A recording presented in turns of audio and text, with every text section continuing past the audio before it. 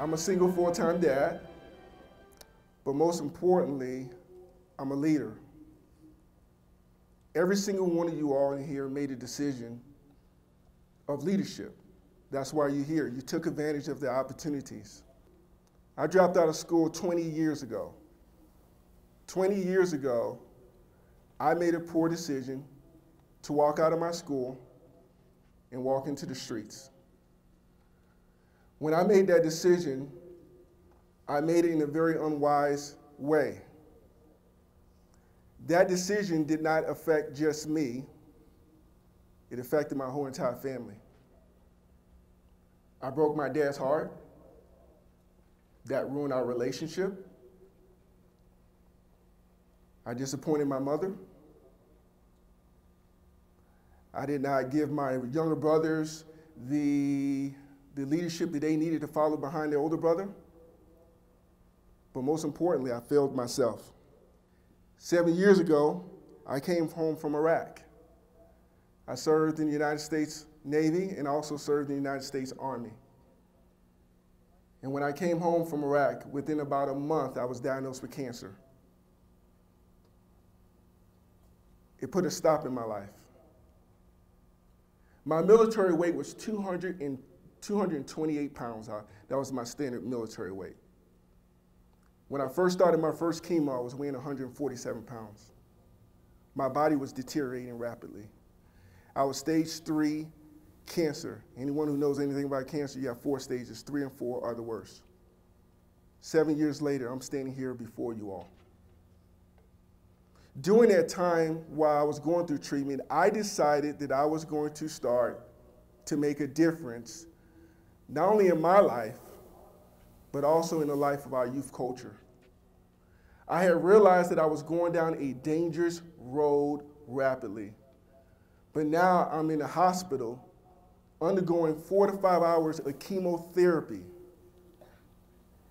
And during that time, I had a lot of reflection on my life. And that reflection brought a hope inside of me and a passion and an amazing talent, gift that I have to speak, to reach out to young kids like yourself. And so I started a program called Change. If I Can, You Can. And the emphasis of that project is to say, you know what, if I can go through all this and still succeed in life, then why can't you? I want everyone to say this after me. I want you guys to play along. Say change. Change. Come on, louder, come on. Act like we're at the dance. Say change. Change. If I can, you can. Change. Change. If I can, you can.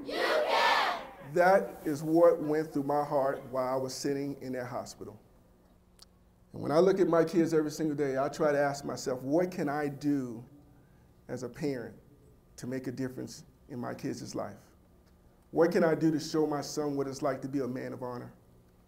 What can I do to show my daughter what it's like to respect herself and carry herself with dignity and respect? That motivates me. As leaders, you have to ask yourself, what motivates you? What's your passion? What's your purpose? Where are you trying to go in life? You know, as leaders, you all have a responsibility. Leadership is not just a title. It's not just a position. There comes responsibility in being a leader, young people. It is a process. Serving in the military, I served among one of the most amazing leaders that I've ever met, and it was a sergeant major. And when you go back to your schools as leaders, you have to ask yourself, what can I do to make a difference for all of my peers and classmates? You want people to follow you. You have to be a great leader, but you have to be a great example. That means that you have to be that role model that makes your peers want to follow you. You have to say, this decision that I'm about to make, is this a decision that's going to better me? Is this a decision that's going to better my classmates? Or is this a selfish decision? leading the team, you have to ask yourself, is this going to benefit my peers in my class, or is this going to take us back? A great team has a great leader. A great leader is able to conquer and take his or her team to another level. Each life is valuable. Every single one of your life is valuable, which brings me to my next part of that subject is the word bullying. Bullying is a very hot topic that's going on. And as leaders, you have an opportunity to make a difference to prevent that bullying. There's three types of things that comes to that bullying when I think about it. We think about the victim, we think about the bystander, we think about the bully themselves. And if you see someone being bullied, it is your responsibilities as students to report that to your teachers, to your leaders, to your principals, so that we don't lose a life. We cannot lose our young people any more to bullying.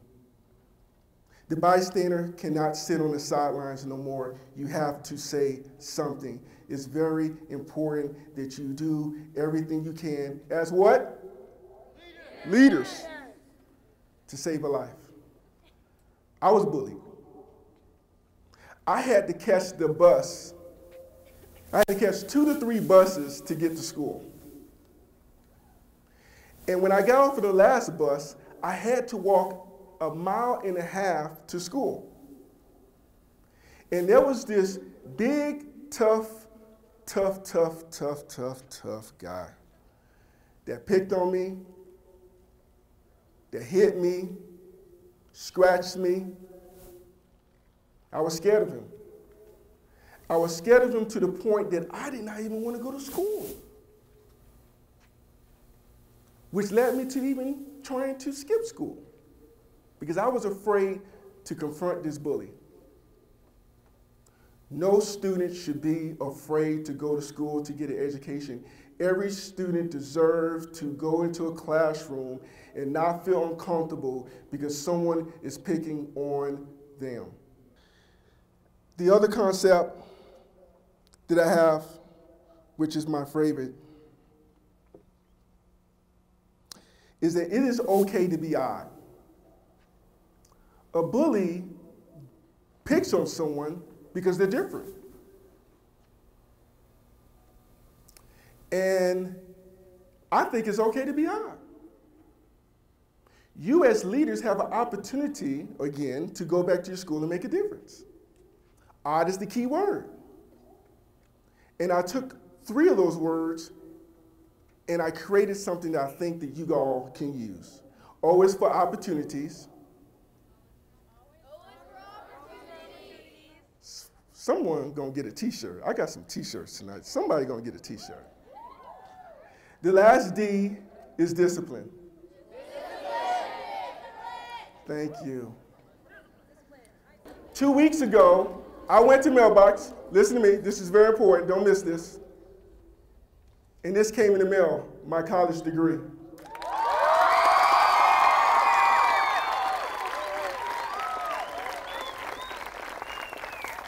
Now don't miss what I said. 20 years ago, I dropped out of school. And I'm standing here holding my college degree, young people.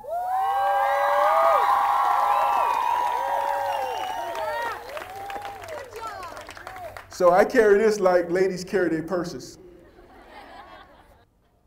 You can take discipline and you can flip it into something positive that makes you great. I did it. What's my phrase? Change. If I can, you can. Remember my saying? Leadership is a process. It's not just a title. It is not just a position.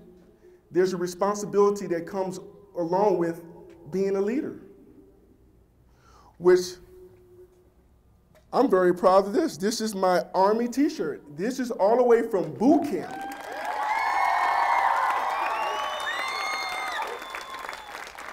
Y'all see this smile? Y'all see the smile with this t-shirt? When I was going through boot camp, I was not smiling. It was rough. Thank you.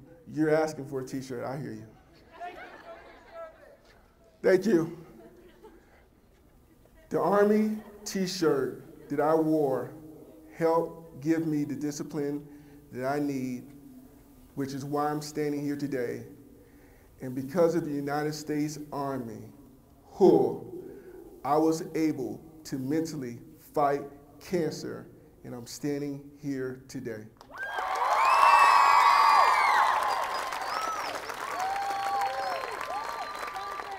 My conclusion for you all tonight is 3 things. What opportunities are you willing to make in your life to make a difference?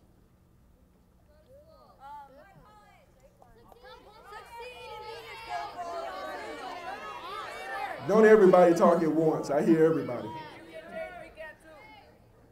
The other aspects of that is, what decisions are you willing to make? Are you going to make the right decisions? The last one is, if you have a talent and you want to be that basketball player, that attorney, you want to be that school teachers, that student council advisor, like some of these amazing great teachers, then you got to stay disciplined. You have to stay disciplined. Now I'm going to give you a gift out of this whole entire presentation speech. Listen, this is from the heart. iPad is off. iPhone is gone. This is from the heart. And I'm going to try my best not to cry. I told myself I was not going to cry. 6'4", 230, yeah, big boys can cry too. But I lost both of my parents within the last year to cancer. We lost Mom in 2010, and we lost my father in 2011. Both of my parents were married for 42 years. And I asked myself every single day, from the time I last heard my mom's voice to the last message that my father gave me, which was his release to me, his expectations for me as a man, did I do enough to say goodbye? Did I do enough to let them know how much I love them? Young people, if you want to succeed in this amazing world, but this so amazing country, some of you all don't realize how good you have it. When I was over in Iraq, young people, you have no idea how good you have it right now. You have no idea. You want to succeed in life, you go home and you love and honor your mom and dad. Every single day I ask myself, did I do enough to sit down with my mother when she wanted to just talk? Did I respect my father enough? Young people, this is from the heart. If you really, truly want to succeed, hear Mr. Angry's heart tonight. No matter what the situation is, dad may not be around, parents may be going through divorce, you know, mom doesn't understand, dad doesn't understand. Listen, young people, fight through that negative. Love your mom and dad. Listen to my heart, respect your mom and dads, but your teachers, grab that knowledge, and you will go to college, you will succeed, and you will continue to make this the best country in the whole wide world. Thank you for having me. Love you.